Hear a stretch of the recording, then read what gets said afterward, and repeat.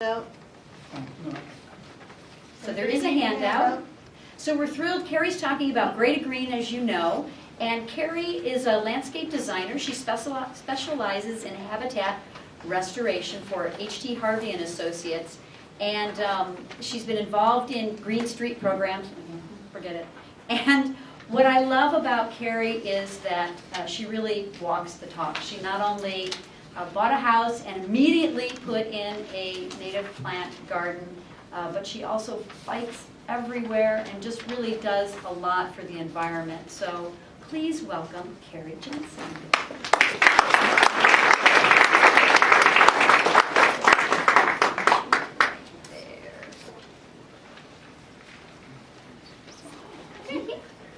Thanks, Sherry. That was a really wonderful introduction. As you said, I'm a designer and I specialize in habitat restoration. So I'm usually working in environments that are out in more rural areas, creeks, and creating wetlands. But I've recently become very interested in urban restoration.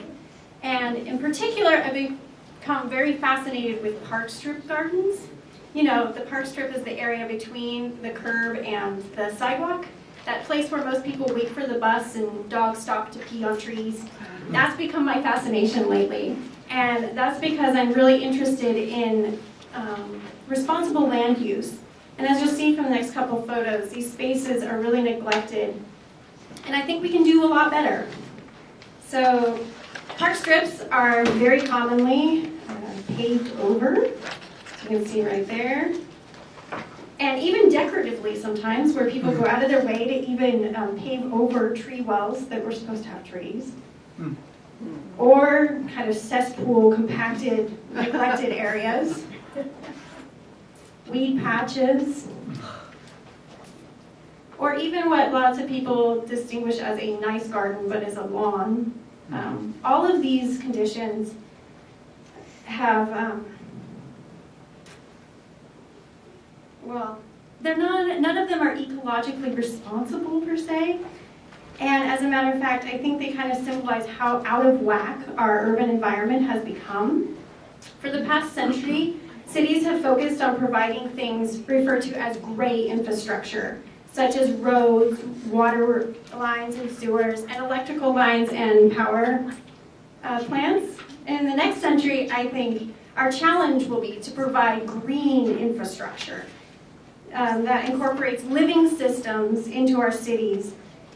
And a great part of that green infrastructure can be achieved by transforming streetscapes into vibrant green spaces that help clean our air and water and provide people with a little bit of nature in our concrete jungle. My main goal for this talk is to inspire you to break up your concrete, reclaim those dirt patches, or rip out the lawn, and replace them with native thriving gardens.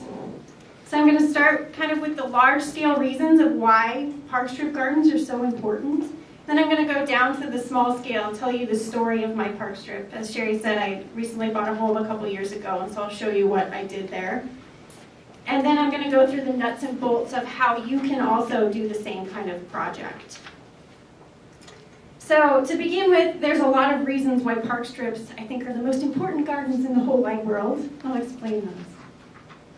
So why are they important? Reason number one, the urban heat island effect.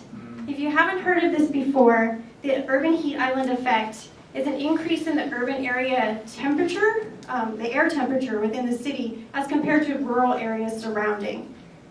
And that's due to a decrease in vegetation and an increase in impervious surfaces or black concrete and asphalt, as you can see here, that really absorb heat from the sun and just heat up the whole air temperature of the city.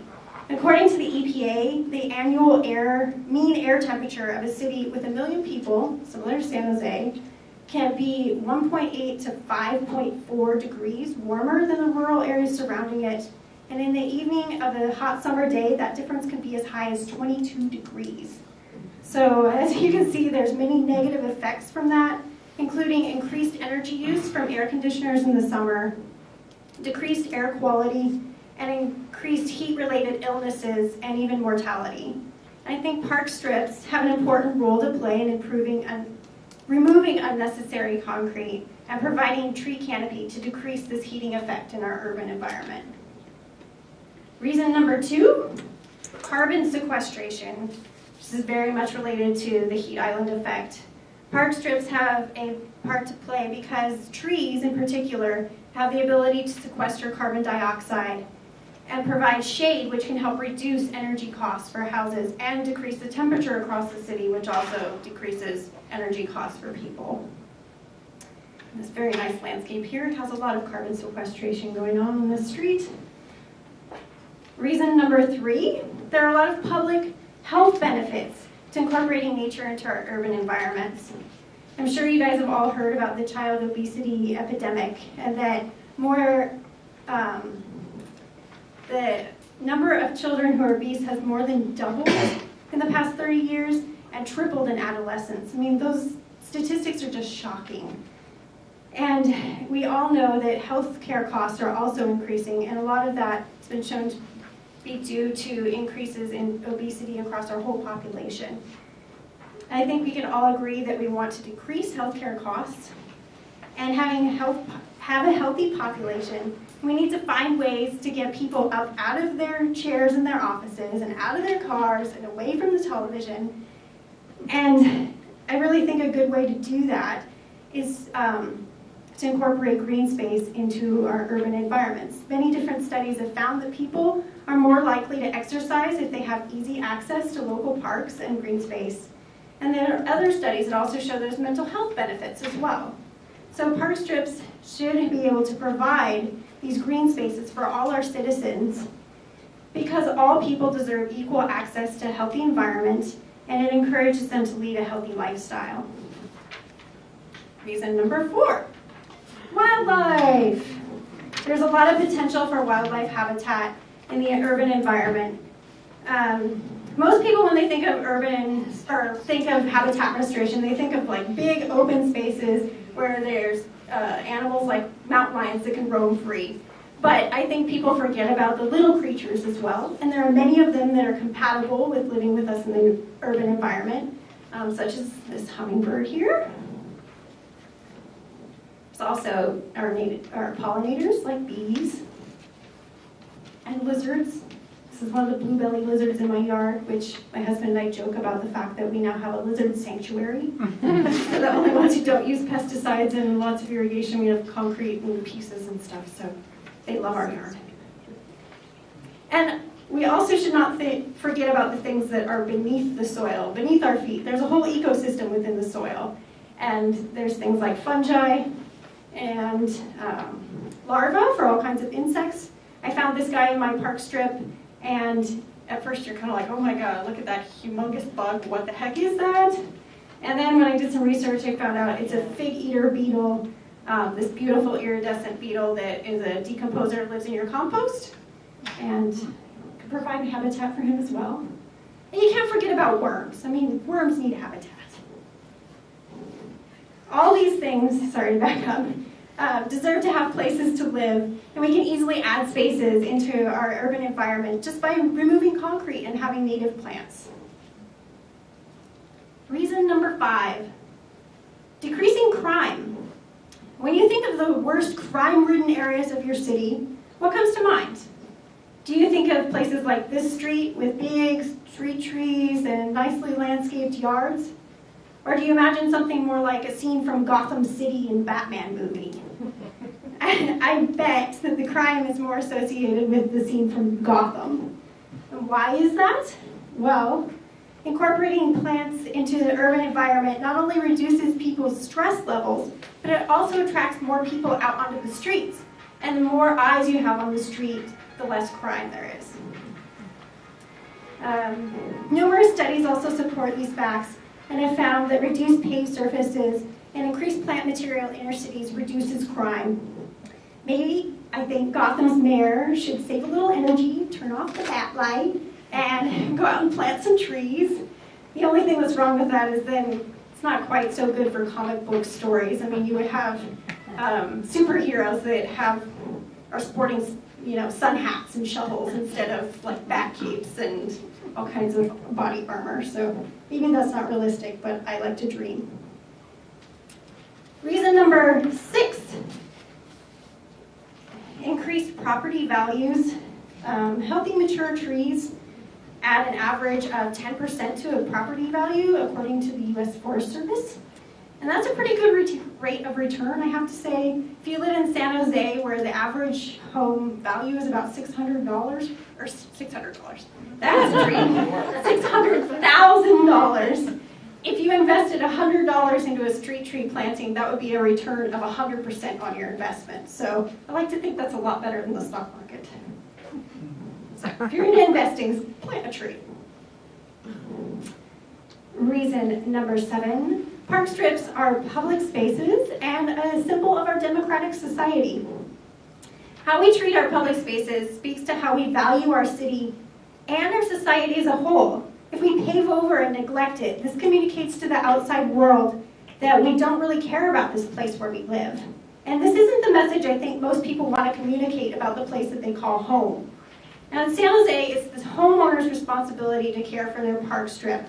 And I think some people really feel that that responsibility should lie with the city, that they should maintain the space because it is public space. However, I think it just depends on how you view civic duty and your role in democratic society. I personally think Kennedy had it right when he said, "My fellow Americans, ask not what your country can do for you, ask what you can do for your country." Oops, sorry. Depends on how I'm talking to this.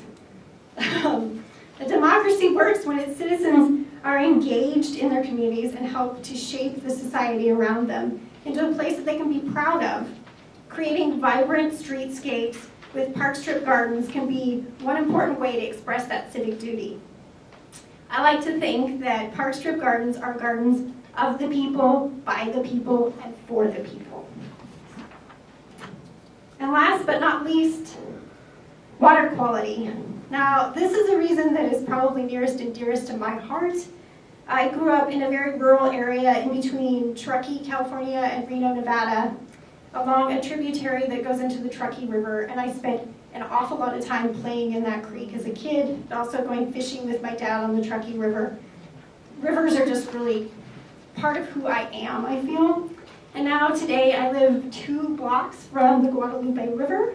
And when I walk down the street and go look at the river, I look down into a concrete channel that is, 15 feet deep. And it smells, honestly, of raw sewage and has tons of trash in it. And the inner child in me kind of wants to, maybe it's melodramatic, but crawl in a hole and die every time I see that. It just seems so wrong that a river could be a human waste stream instead of a source of life. And part of that problem is because our storm drain system in San Jose is connected to is not connected to the sewer system. So in contrast, cities like San Francisco have their storm drain system and their sewer system, like everything that goes down your toilet and your sink, all of that water and the water down the streets all goes to the same treatment plant and gets cleaned before it goes out to the bay.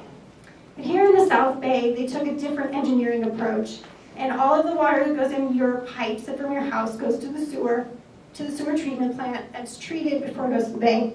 But the water in the streets, everything that flows down those storm drains, does not get cleaned. And I don't know that people realize that.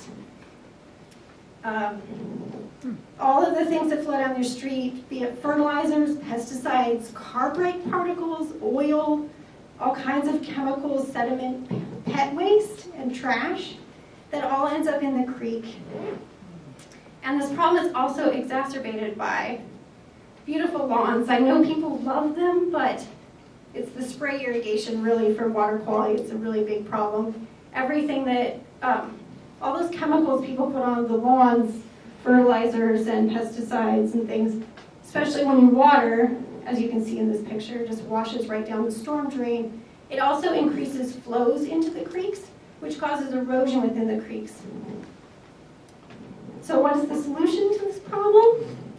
Well, I think part of the solution is to haul out your trusty jackhammer and take out some of that concrete.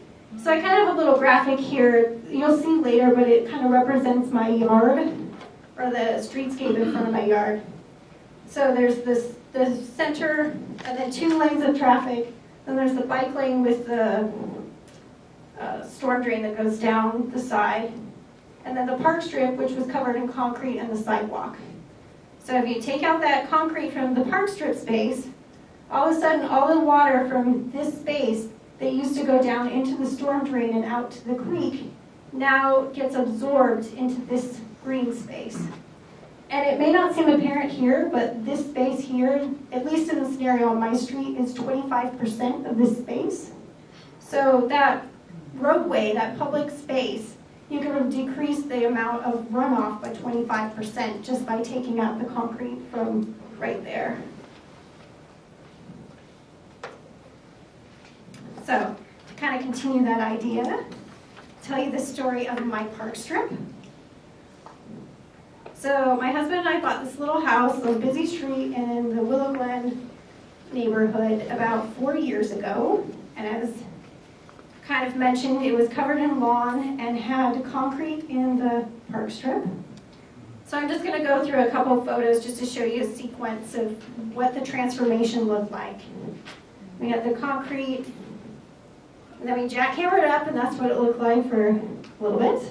And then we removed that, did some site prep, and then I actually seeded kind of a cover crop. I used mustard and alfalfa, which are both sort of invasive species, but they do have benefits for the soil.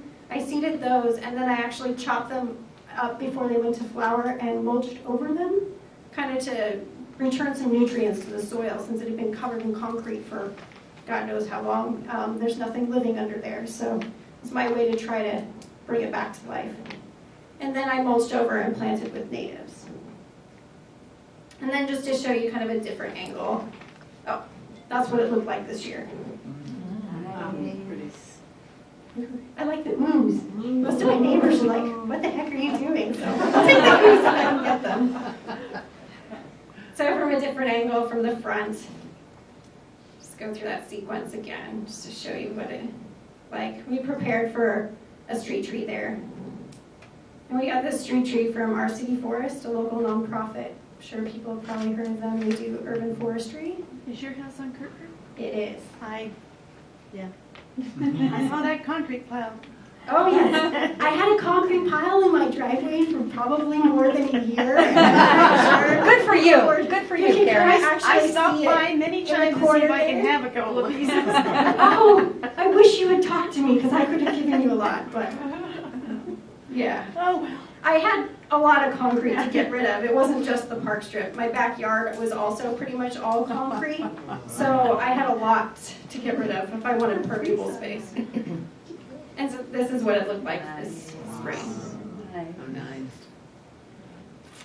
So how to do this, share my wisdom from my few experiences. So jackhammering, I'll tell you all about it. And yes, this is me, and I'm 5'2", and I'm obviously not a construction worker. I can use a jackhammer. I couldn't do it all day, every day, but for a small project, it really is feasible. That's some good concrete, too. Yeah, see, that's actually the backyard. Wow. You can, half of the backyard had random paths to nowhere and all kinds of stuff going on. An old dog run. Yeah, there was a lot of work to be done there.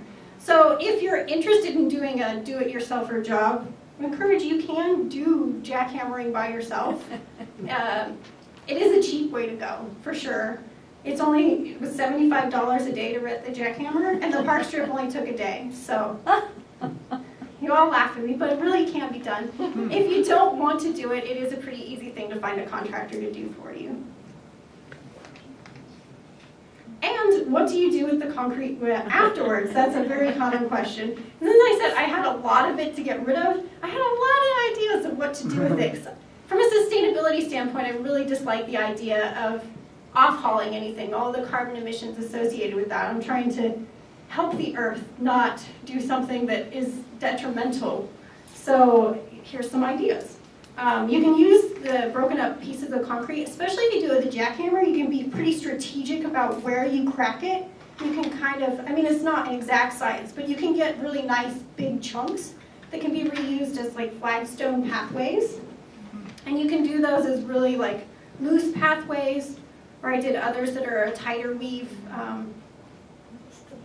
Yeah, see all that concrete? Yeah. The pile migrated to about twice that height at some point. I also used it as different accent pieces. Instead of bringing in stone, a lot of people like to do the natural look in their native gardens and they bring in stone. And from a sustainability standpoint, I also kind of discourage that idea because you're quarrying from somewhere else and transporting in all those carbon emissions. If you can find other ways to use things from on-site, it's great. And I had a lot of concrete, so I can create that sort of natural aesthetic with stone by using those pieces.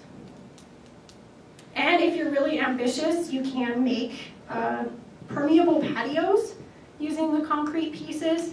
This was another do-it-yourselfer job, although I have to admit that this one was a little overly ambitious, unless you really love puzzles. I mean, if you could do puzzles all day, every day, and you like manual labor, this would probably be the perfect fit for you. Because the concrete pieces on the bottom are not smooth and flat. They're all kinds of different wavy shapes, and so trying to get them to go perfectly flat and fit into a pattern where they all fit together is a very interesting puzzle to solve. But it does take a lot of patience and time. You can see, though, the different layers there in the process. There's the base. It's just like doing a flagstone patio. You have the base material, which you compact, and then sand, and then the concrete pieces above, which I backfilled with sand. So the whole thing is permeable. The rain goes straight through it. And that's what it looks like when it's finished. And if you're not a do-it-yourselfer or want to do this kind of project, there are many contractors who specialize in this kind of work, and we'll do it for you. Oh, I also use them as just like stack pieces for raised veggie beds. It's another great way to use an awful lot of concrete really fast. I actually started to run out. Like, dang it, I kind of wish I hadn't gotten rid of all that concrete. I need more chunks. Oh, didn't know the animation worked here. Okay, so another thing to keep in mind in park strip planting is sheet mulching. So if you have the case where you don't have concrete, but you have a lawn in that space you want to get rid of, a really good way to get rid of it is to sheet mulch right over it. So, oops. See if I can do that again. Okay, so you start with the lawn, and then you put a layer of compost over it, and then cardboard layer, and then wood chips on top. And then the lawn underneath just gets composted and stays in place, but it dies. So you get that added organic material into your soil, but you get rid of the lawn at the same time. And you don't have to haul anything away. You don't have to haul anything away. It's amazing. The only, I guess, the thing I learned, I did that with a whole lawn in my backyard, but just as a tip, when they installed the lawn, they had that netting. Netting. Yeah. And I, in some ways, kind of wish I had just ripped all the lawn out to get rid of that stuff. But at the same time, I mean, then I would have lost all that organic material to a landfill. So I got the netting, but I also got the organic material, which in the big scheme of things is probably more important. So in the park strip, like I said, I did a seeding with a cover crop of mustard and alfalfa. And then before I went to seed, because I didn't want to have mustard like all over my yard and my neighbor's yards and everywhere, I chopped it down, and then I sheet mulched over it. So I got the benefits of, the mustard has really deep tap roots, so to kind of break up the compacted soil was the idea there. And then alfalfa is a nitrogen fixer. So the two combined I hoped would help with compaction and also add some nutrients. So after I chipped up that green material, I added leaves to kind of create a compost mix of a mix of greens and browns, if you guys are familiar with compost, I'm sure. And then I put cardboard on top of that. And cost savings tip, if I live a block from Ace Hardware, so I went down there and asked them if I could pilfer their garbage can, and they said, oh sure, you can have all the cardboard you want. So there are sources to find cardboard for free instead of buying those like pre-made rolls that you can get at hardware stores. Just asking for the free stuff in the dumpster, they'll give it to you. Then you cover it over with wood chips. And in my case, I also got those for free from Craigslist. There's lots of tree care companies that will give you wood chips for free. They're not as aesthetic if you're going for a really nice look. They're kind of a rougher chip, but it is free material. So if you're on a budget, it's definitely a good way to go. And you can cover it with a purchased mulch That's if true. you need to. Very if you good want tip, to. Sherry. She just mentioned that you can also put this cheaper, like free stuff down first, and then top dress it with a nicer looking mulch just on the top, so it looks good, but you don't spend as much money on the whole ordeal. Really good idea. Oh, I should back up here too. Another tip, I don't have a really great photo to show, but I do think is a good lesson learned, is that in my case, since I took out the concrete, the level between the sidewalk and the park strip was a couple inches lower. And that's perfect because there's kind of a safety concern if you end up mounding too much and you have mulch that's continually shifting down onto the sidewalk that people could trip on or slip. You don't really want stuff sloughing off onto the sidewalk. So in the particular case, if you have a lawn that you've mulched over and you're going to have a lot of stuff falling in, I do think there could be a case for removing the lawn itself just so that you get that grade down a couple inches so that you don't have that problem.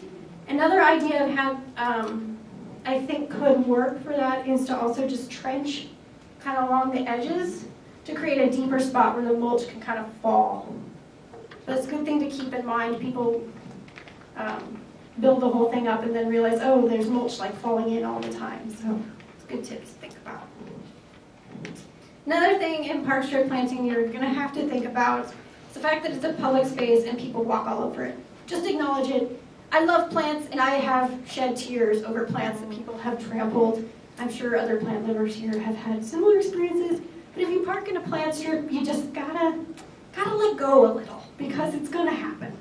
But some good tips on how to avoid it as much as possible is to create intentional spaces that people can walk on so that you give them a choice. Like, it's very obvious, this is where I'm supposed to go. And most people generally follow that.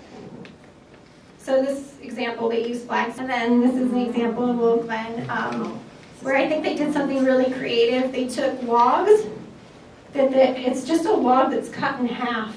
And they created these little, like, bridges across their swale that they created here. So when you get out of your car, you walk across the bridge over to the walkway to the house. And some more examples. These are actually up in San Francisco. I took a tour of some green infrastructure up there. And they created spaces using pavers where they didn't use the whole park strip for planting because they acknowledged people are going to park here and get out of their car, and they need to give them a space to do that. So they use pavers on half of it. So the car is parked on the street? Yeah. Right. Okay, got it. Yeah, the car's on the street and the sidewalk's over here. So when people get out of their car, they have a place to step, and it's not on top of a plant. The other thing they did in this photo for protection is they used stone. Once again, I talked about I'm not really fond of that from a sustainability standpoint, but it does create protection. And this is the key spot, the corners. Yeah. I'm sure if you've ever gone to, like, well, you all have, I'm sure, university campuses and you see two paths that converge at a 90-degree angle, the corner lawn is always gone, right? Because it's just human nature. You take the path of least resistance. I need to go from here to there, you cut straight across. Everybody does it. So if you acknowledge that this is kind of your weak spot in the plant strip, don't plant your favorite plant there and put some protection to protect the other plants. And this is the same park strip. You can see they have the pavers along the street, and then they have intentional walkways across it to bridge from the car, and that protection on the corners. And that is San Francisco, right? Yes. Yeah, okay. And here they use flagstone pieces that they put up on the side to protect. So I had a runner in my neighborhood. A runner? Yes. So I had a bamboo fence, an artistic bamboo fence down the length of the parkway so that he wouldn't run through the parkway anymore. Yes. He wouldn't go on the little sidewalk I made. He'd just go wherever he wanted. Like I said, most people kind of, migrate toward the obvious places to go, and some people just don't. It's just a reality. But fences can be a good alternative. I don't have any pictures of those, but you know the kind of typical garden fences, Yeah, the that- little Yeah. wire with metal iron or ones. wire. You can use those as That well. was too ugly for me. Yeah, you could be And creative. as well. also, that where there is a little break between a tree and the end of the redwood fence, Mhm. I put some ornamentals there that are, I don't care about those. Oh, yeah. And he's trampled them and they've survived. Yeah, another good strategy. Yeah. Pick the plants you're not as fond of to put in spaces that people tend to step on them the most. I would agree that's a good idea, because I've put some in that space that I was kind of fond of. Like, I grew that from a cutting, and I was so proud, and now, like, the kid threw his backpack on it, and it's gone. Like, yeah, just don't get too in love with them. And then this one example I thought was kind of creative. They used these wood blocks in the corners, and they even did kind of a diagonal piece that sticks out here on this corner. It's kind of covered by the plant, which is nice, so it's not as obvious, but it does create a very solid barrier between the plant and the corner of that space. Another kind of tips to talk about is irrigation of these spaces. They're kind of tricky. If you have a lawn in that space and you've gotten rid of it, there's probably sprinklers, which you can convert to drip systems and do all kinds of things. If you have concrete, like in my case, there's no irrigation that goes over there, and to install it over is kind of a complicated, like have to sleeve under and install the whole thing. My alternative was just to hand water. I mean, I'm a gardener. I absolutely love going out there in the evening when I get home from work. It's kind of my de-stressing time to water my plants. And since they're natives, I only do it every couple weeks. It's not like a daily activity. But if you don't have the time to do it, there are alternatives. There's kind of this jerry-rigged in-between drip system, and I kind of got a photo here. So there's a valve box here, and there's a drip kit in here. You can barely see. There's like the filter, and then you can't see where the line comes up, but it comes up out of here, and then snakes around to all the plants. And this little piece sticking up here is just like a quick coupler where you can plug a hose in. So you take the hose from your house, you string it across, you plug it in, you go turn your hose on, and you leave it for whatever amount of time you need to. So you don't have to sit there and water if you don't want to. You can go run errands, and, do the dishes, go for a walk, whatever it is you need to do. But you don't have to stand there. But it is a manual system, so you do have to turn it off and on, and kind of time it. You can't just rely. There's no timer or anything. And that's what it kind of looks like when it's set up. And then once the mulching's in place, all you have is a little box that's covering it. So really cost-effective and kind of an in-between solution if you need to put in irrigation in And the where is space. that, Carrie? This is an installation I recently did with our city forest in San Jose. I'll tell you more about their program later. Plant guidelines. That's why you guys are all here, right? Want to learn about plants? So park strips are kind of tricky spaces for plants. They have some very strict requirements. You want plants that have compact growth, that aren't going to just like sprawl all over the place. They need to be drought tolerant. As we talked about, there's not usually irrigation systems out there, and it's best, especially since they're covered or surrounded by concrete on both sides. It's a pretty hot space. It dries out quickly. You don't want plants that need water every day. And then there's a very valid safety concern for visibility in these spaces. So when cars pull in, there's driveways, right? So if you're in a car and you're pulling into the driveway, you need to have visibility to be able to see if there's people on the sidewalk as you're driving in. And vice versa, if you're pulling a car out, you need to be able to see the oncoming traffic. So you can't have plants like a big hedgerow in between you and the street, in the park strip. So most cities have a requirement that the max height is 3 feet tall. You also want plants that are pretty tidy, don't need a lot of pruning, care, and are tolerant of poor soils, particularly if you've uncovered a spot that was under concrete. As I said before, they're devoid of all soil life, pretty much can be assumed, and thus they don't have all of those microorganisms and things that plants really need to absorb the nutrients through the soil.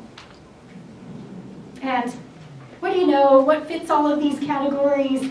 Da-da-da, drum roll, everybody. California natives! And there's many to choose from. I have some photos here just to kind of get your imagination going. It's not in any way exhaustive. There's lots and lots of options. I also have a handout which has some ideas. I'm sure there's others too. At the end we have questions if other people want to share ideas that I haven't thought of. We can go through that. This is a manzanita ground cover. There's a lot of ground covers that create just a really nice evergreen alternative, since a lot of people are kind of used to seeing year-round green lawn in that kind of space. Having something that aesthetically kind of fits that is a good idea, or depends on your aesthetic, but you know. Carrie, do you know which one that is? I don't actually know which cultivar this is. It's a ground cover one. I could do more research to figure it out. Coyote brush, there's compact cultivars like Twin Peaks that stay pretty low. There's another example of a coyote brush, a Parkstrip. Another really great ground cover is a wild strawberry. It does require a little bit more water from my experience, but it does create a really nice carpet of green. And this is intermixed with a lot of non-natives, but you get the idea. It creates a nice green carpet. Oops, wrong direction. Ceanothus is another great alternative, and I think this is the Yankee Point. It's pretty commonly used. And there's another picture of the Ceanothus. Salvia Bee's Bliss, another ground cover. It's kind of more of a grayish green foliage if you're looking for that. Is that Judy Fenton's house? I don't know. Oh, I think It might be. It's from it's got Diamond Heights Ceanothus in it. Yes. Yep. might be. It might be. I got photos from a lot of different people, so I don't necessarily know the sources of all of the landscapes. I guess backing up, I should say that a lot of these ground covers do spread out quite a bit. They're not as compact. So I would suggest that you plant them in a park strip that's pretty wide, like 6 to 8 feet, which they do exist. But I wouldn't put them in a 2-foot wide space, unless you're using maybe the strawberry. There's also a lot of grass alternatives, like if you want to kind of go for the lawn effect, but you want to use natives and something that's a little more drought tolerant. There's a lot of different options there. This is the blue grama grass.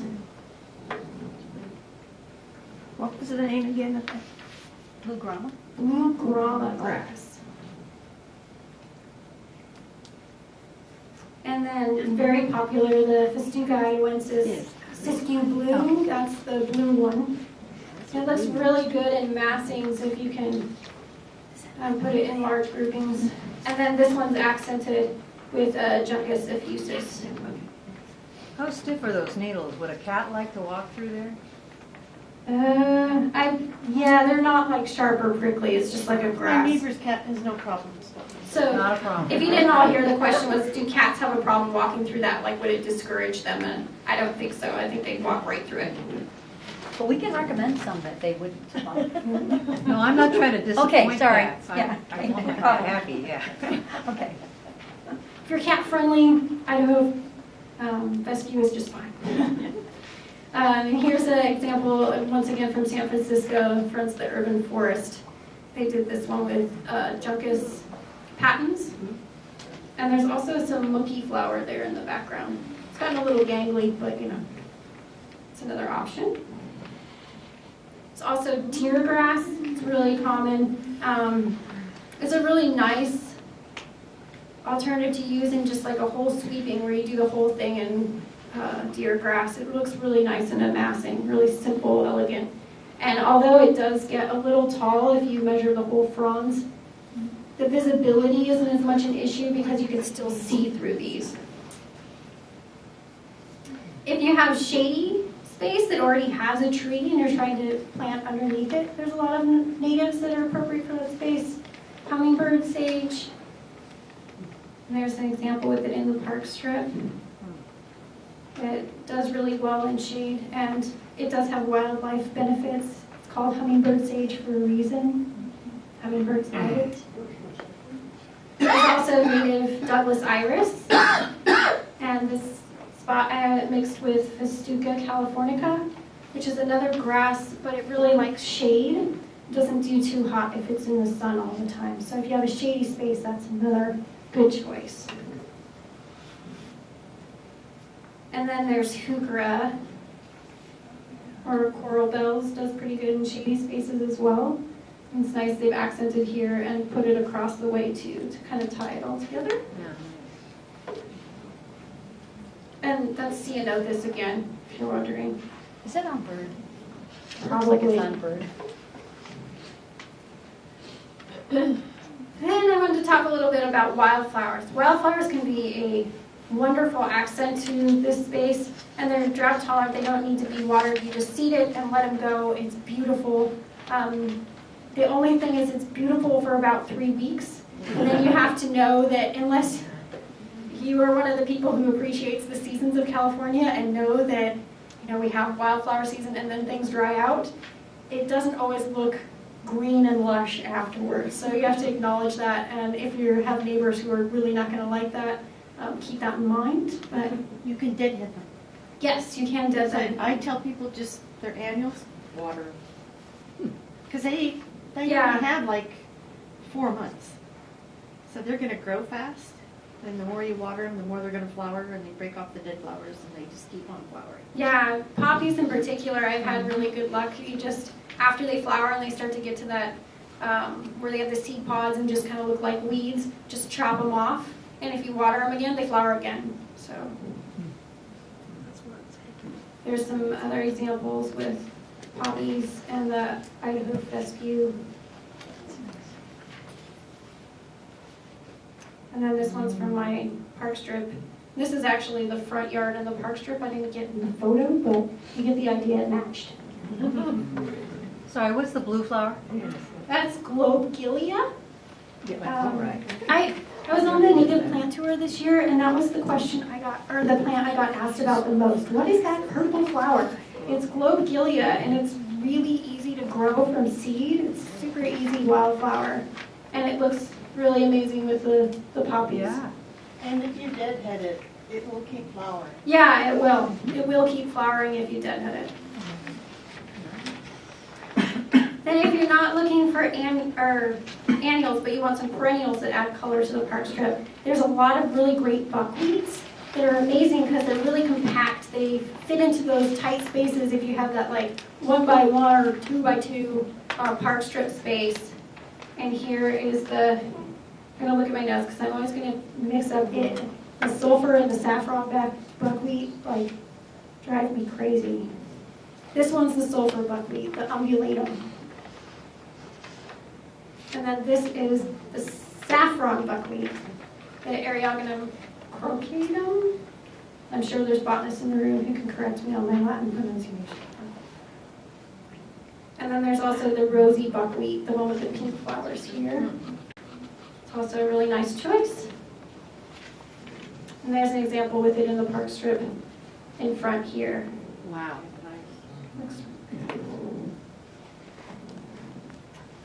I just have to back up. Buckwheats, I really love them. The other benefit, they attract a lot of beneficial insects. So if you're trying to encourage different insects in your yard, they're really, really great. Yarrow, I know this is moonshine yarrow and it's not actually native. It's some sort of cultivar hybrid of some other one from Europe. But I do think it's a good example that kind of shows how a massing of yarrow can look really nice in this space. And if you let it flower, you can always cut them back and they'll flower again. And there's a photo of the native Achilleum millefolium. I'm saying that right? Verbena. It's another really nice, forms kind of a nice bush, like 3x3, with the beautiful purple flowers in those little balls. Great scent. Oh yeah, they do have a really nice scent. Coyote mint, it's a local native. It's kind of similar. It's probably about 3x3. Well, it doesn't get 3 feet tall, maybe 2 feet tall and 3 feet wide, kind of. and it has the purple flowers. And it blooms a little bit later, at least in my yard, than everything that's usually kind of in the May, April time frame. This guy goes into June. Yeah, it is also a really good scent. The foliage, it's not the flowers, but the foliage, it's coyote mint, and it does smell like mint. So you'll walk past it and not even maybe notice the plant and be like, what is that smell? It's the coyote mint. Very nice. Mm-hmm. Foothill penstemon. This one's the Margarita Bop variety. Yeah, question? Can you talk about what kind of maintenance is involved in having wildflowers and in the park? I mean, they look really big, but it seems to me that it requires a little bit more effort. Yeah, the question was what kind of maintenance is involved with wildflowers. They look really great, but then what do you have to do with them afterwards? So after they flower, they form the seeds, or seed heads, and I guess it depends on if you want them to come back again next year or not, but I let them flower until they've set seed, like the seed is ripe and it's distributed so that they come back next year. Then I chop them off with shears at the ground, and I actually use that as mulching on my veggie beds in the back. Like instead of getting straw, I use all the mulch from all of my poppies, which means I get poppies in my backyard too, but I figure I use it. Otherwise, maintenance, like we said before, if you cut them off and deadhead them like that, if you continue to water, they'll come back and flower again. So you have to keep in mind that you're going to have to keep doing that kind of process. So yes, they are more to maintain than if you pick a perennial that's going to flower and be green all year round. Does that answer your question? So what you just described means that you'll have a period of time where there's mulch and nothing else. Like you just cut them off at the ground, and the seeds are there, and they're going to think about it until they get enough water. Right. So I mean, they will reflower. Like if you cut them off, they'll come back and go through the cycles kind of throughout the summer. But yeah, you probably will have periods where there's not a lot going on there. I think the solution there is if you really want wildflowers, but you don't want to have that kind of like weedy look, is to intersperse other things. Have other things. Yeah, so that you have accents at other times of the year when the wildflowers aren't quite so spectacular. There's also California fuchsia. There's the taller one here in the background behind this park bench. Is that the white one? Is it the white one? Or is it? No, it's the red one. Oh, okay. It's just not flowering at this time of year. And then here's one of the ground cover ones. This one's in my yard. It's the Select Mattole. And I put that one in the park strip because it flowers in late summer, talking about when you want things, when the wildflowers don't look so beautiful. The fuchsia is a really nice complement because it flowers in the late summer when most other things are not. And it's compact and keeps really low to the ground in this particular one. And in case I haven't convinced you that park strips are the most important gardens in the whole wide world, the things that we've talked about here today can also be applied to side yards. Side yards are often spaces that are very similar, like really narrow and covered in concrete, just the place where everybody stores their garbage cans and nothing else goes on there. And you can transform those spaces as well. So that's an example. If anybody knows whose garden this is, I clipped this a long time ago from somewhere on a website, and I didn't mark down from where, but I thought it was an amazing example. Could you show the before? There's the before, there's the after. And you can see this chimney there. Yeah. That's the chimney there. So this angle's a little bit different, but completely transformed space. And they reused concrete pieces as well. You know what some of those vines are? I don't know what the vines are. This white one looks like star jasmine. Yeah. It could be. Well, wait a minute. I don't think so. I wonder if it's a clematis. It looks like, yeah. Yeah. That's Yeah, see the Shove- little shove her out? Oops. Yeah. I think maybe it's clematis. Yeah. clematis. I think they're fluffy rather than starry. Yeah. So not Yeah. native. Pretty.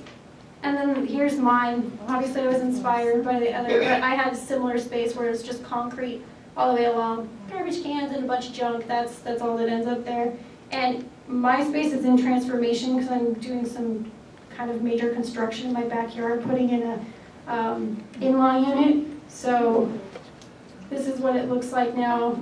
It's kind of a little bit dirty because the construction workers aren't so mindful of tracking blood around, but I've interplanted with Douglas iris, and I also have yerba buena, which I didn't have any other photos of, but it's a really great ground cover for shady spots. And I have some resources for other places you can go. California Native Plant Society obviously has lots of different resources and pamphlets up here on all kinds of different ideas for native plants. They have a natives forum, a Yahoo group online where you can ask questions. Anything you ever wanted to know about gardening with natives, you can get help for free from amazing volunteers and people who are willing to share their knowledge. And you can sign up for that up there at the table. You can sign up for it up here. Please do, it's amazing. And then our City Forest, it's an organization, they're a nonprofit in San Jose that does urban street trees. I've been working with them on this new program that they're doing. It's called Green Streets Program. And they have grant funding that they've recently got where they can actually come in and remove concrete and plant native park strip gardens. And all you have to do is sign a maintenance agreement that you will take care of it afterwards. So they have the grant funding to install it for free if you will maintain it afterwards. Only caveat is that their grant funding is somehow triggered that the geographic location has to be a mile radius from the airport. So if you live near the airport, their program right now can fund you, but if you live elsewhere, keep it in mind they're trying to get grant funding to expand the program. Or if you're just interested in these kind of gardens and want to help them out, there's lots of planting events that they've been putting on to do these kind of gardens so you can get firsthand experience. And we have flyers. Is it just residential or is it commercial as well? They'll do both. Okay. Basically any space where you want to remove concrete from a used space and put in, they do natives and non-natives, and obviously street trees are their specialty, so they install trees as well. So I have the flyers about it with the contact info, and that's up on the table up here. And that, I just